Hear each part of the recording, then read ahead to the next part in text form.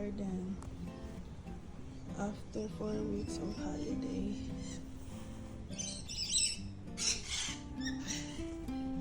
Maraming mga damo. Hindi ko alam kung saan na magsisimula linisan to. Pero so mag-clean up ako nito at magha-harvest ako ng pwede kong ma-harvest. Hanggang dun sa dulo. At saka ito yung lawn. Oh, grabe ang taas na ng grasses. Tapos dito yung sa planter ko na strawberries. Walang may nakasurvive.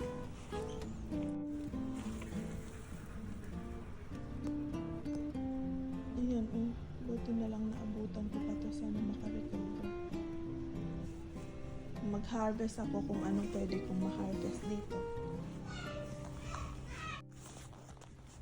So habang magka-harvest ako, lahat ng mga damo bunutin ko natin.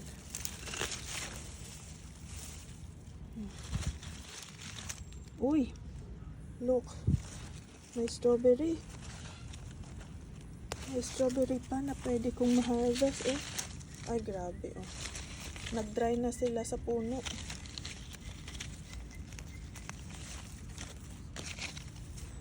Magdamo muna tayo. Hoy, Pat. May. Dry na ang strawberry na to. Lahat ng dry kunin ko na din. Para makaano pa yung puno. Makaproduce pa ulit.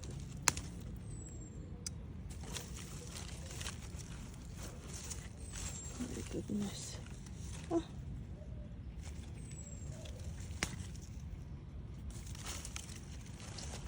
Sobra oh.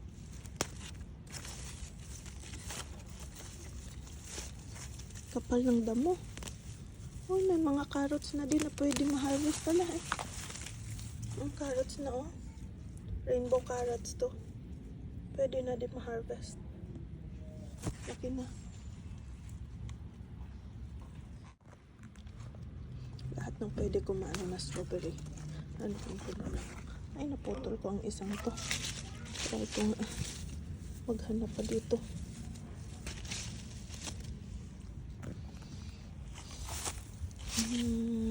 Harvesting ko tong carrots. Ito na update. Nabawas-bawasan ko na yung mga damo. Tapos dito, anuhin ko to.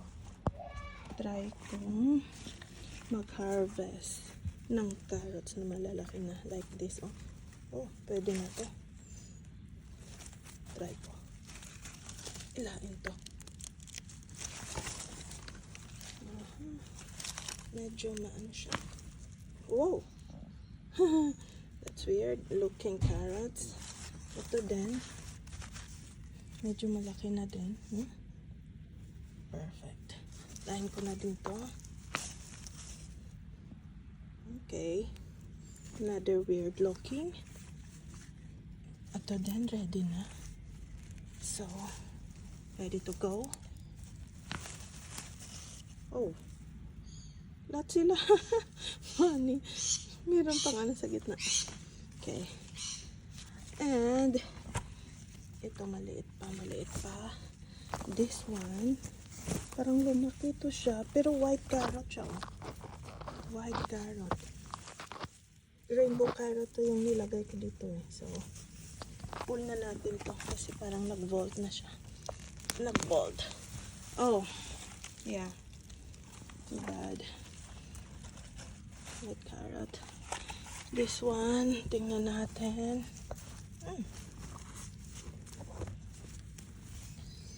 Parang yellow to. Okay. Pull it out. Ha? Yellow nga. Yellow carrot. Maliliit pa siya pero kailangan ko na siyang i-damuhan dito. I think this one is red. Okay. Red siya.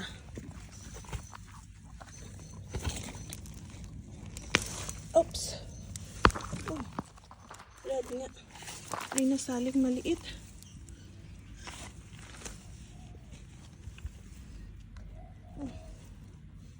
Diyan na lang din yan. Itong isang to. White carrot din. Pero hindi ko pa siya kukunin.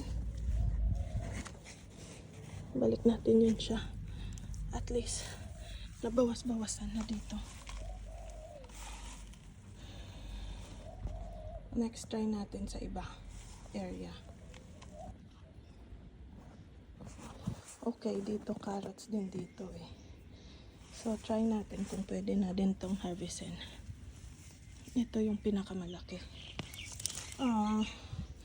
Not really. Okay.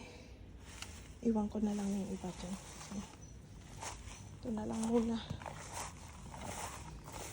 Store lang natin to.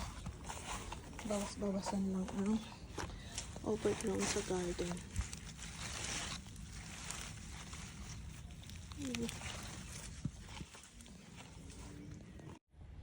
Tingnan nyo ang ating cabbage, guys. Hindi ko ina-expect na lalaki pa to. Kala ko parang mamamatay na. Pero yung isa dito, parang maliit lang siya. Meron din ako dun sa front garden. Maliit lang.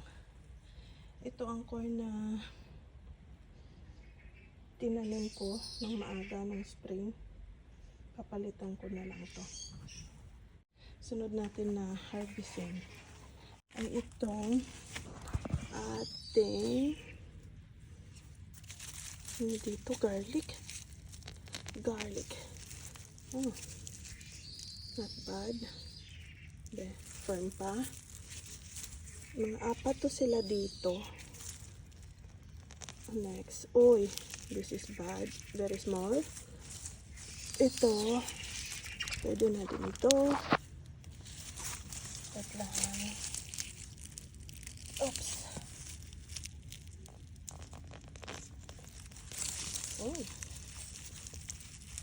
Okay, not bad. Small size lang. Small size lang sila. And then, small size din. Mayroon pa akong nakita dito na feeling ko sobrang liit lang din. Yep. Sobrang liit.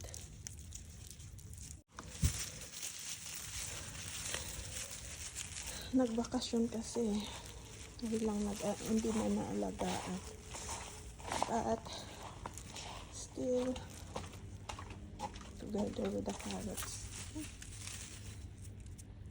garlic, and then meron pa akong mga patatas dito na namatay na. So ibig sabihin ready na ito for harvest. Ito patatas to siya.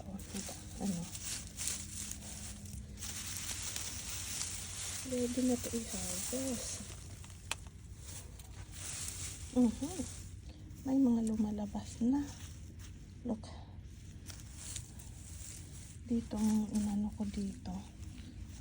Ayun, maliit. Namatay lang siya dahil hindi na anuhan siguro. Marami po sila dito dapat eh. This one is ganun din. Tayo ng panghukay. Okay, ito na panghukay natin. Ito, kunin na natin to. Dito. Diyan natin lagay. Cute.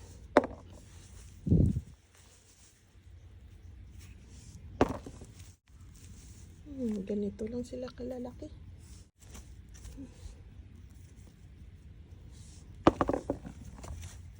Wow, dito sa gilid parang mga baby potatoes.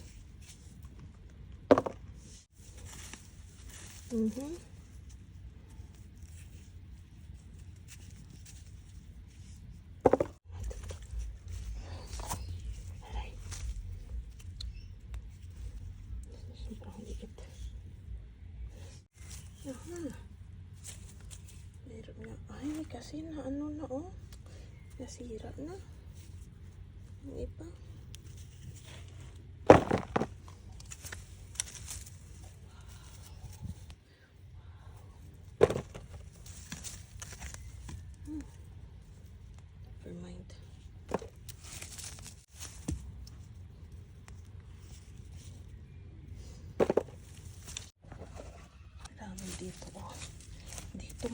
malaki. Uy, na-scratch ko ng ano. Ito, malaki-laki. Malaki-laki siya. Yes. Oh, dito pala.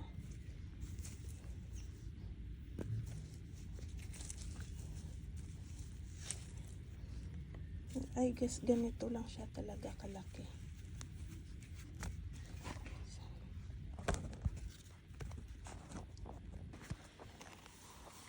So, ito lahat ang harvest natin na patatas. May iba pang natira pero hindi ko muna i-harvestin. At least may space na doon.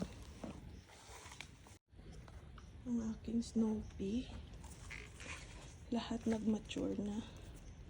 Wala na kaming makaharvest dito na pwedeng kainin. So, ano ko na lang ito.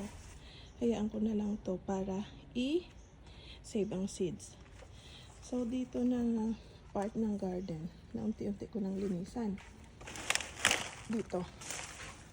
Yep. I-tidy up ko na lang. Magpo-pruning na lang ako ng tomatoes. Okay. Nagtira ako ng spinach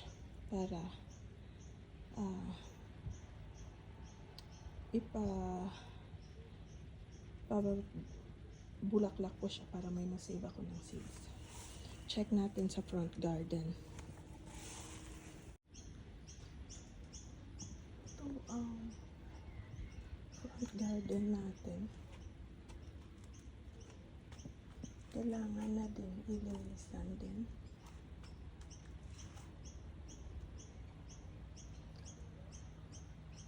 Maraming kalendula kasi na self-seeded. Ito, mga self-seeded lang to. So, bubunutin ko yung iba dyan. Mag-ano lang ako ng, magtira lang ako ng konti. Para maaliwalas tingnan ang ating garden. Ang cabbage nga, maliit lang na form. Tapos, kinakain ng uod. So, kung linisan ko pa ito ng linisan, tanggalin ko yung outer ano niya. Konti na lang ito matira. Kasi nauud na siya hanggang dito.